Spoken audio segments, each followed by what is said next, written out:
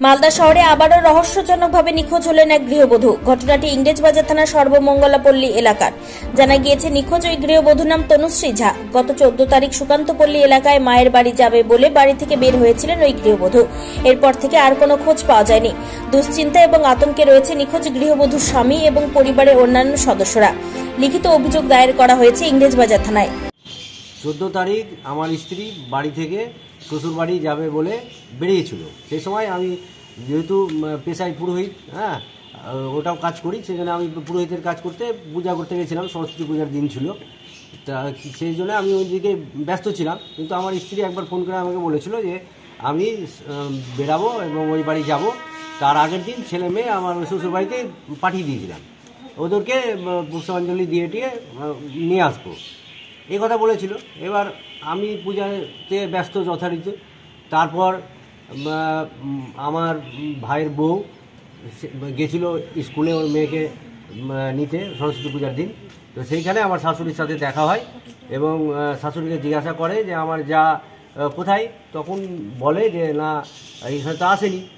তখন এই নিয়ে খোঁজ খবর হয় এবং খুঁজে পাওয়া যায় না। তারপর আমি বাড়িতে এসে যখন জানতে পারি, তারপরে এদিকে ওদের খুঁজলাম, আত্মীয় স্বজন, পাড়া প্রতিবেশী এবং বিভিন্ন জায়গাতে, কিন্তু এর কোনো খোঁজ পাওয়া গেল না। তারপর আমি রাত্রেবেলা 9টার সময় থানাতে যাই এবং সেখানে ডায়েরি করি। তো ওনারা বললেন যে মিসিং ডায়েরি করতে হবে। এবার মিসিং ডায়েরি করার পর যথারীতি করলাম। তো বললো যে জিডি নাম্বারটা সঙ্গে শুধু আধার কার্ড, ভোটার কার্ডটা, মানে ব্যাংকের মানে গ্যাসের বই লিঙ্ক করার জন্য কিছুদিন আগে দিয়েছিলাম আধার কার্ড, ভোটার কার্ড, সেটাই ওনার মানে ইয়েতে ব্যাগে রাখা ছিল। এবার সেই ব্যাগ সময় নিয়ে গেছে। এবার জানতে না অজান্তে সেটা জানি না, ওটা বলতে টাকা পয়সা সোনা দানা কোনো কিছু নিয়ে যায়নি বাড়িতে। মোবাইলটা সাথে ছিল আর ওইগুলোই ছিল document.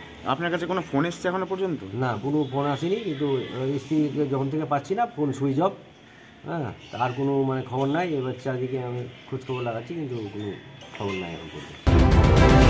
Bureau report, news for Bengal. কম খরচে সাধারণ মানুষের একমাত্র ভরসা রাজ্য সরকারের সুফল বাংলা স্টল। এখানে চাল, আটা, কালো চাল, মাংস থেকে শুরু করে সমস্ত রকম শুকনো খাবার পেয়ে যাবেন অন্য বাজার থেকে কম দামে। এছাড়াও রাজ্যের অন্যতম আকর্ষণীয় সুন্দরবনের মধু পাবেন আমাদের স্টলে। তাই আজই আসুন সুফল বাংলা স্টলে। আমাদের ঠিকানা মালদা কালেক্টর বিল্ডিংয়ের বিপরীতে অথবা শুভঙ্কর শিশু উদ্যানের পশ্চিম গেটের সামনে, মালদা। যোগাযোগ নম্বর 8001574145 অথবা 9733179825। This channel does not promote or encourage any illegal activities.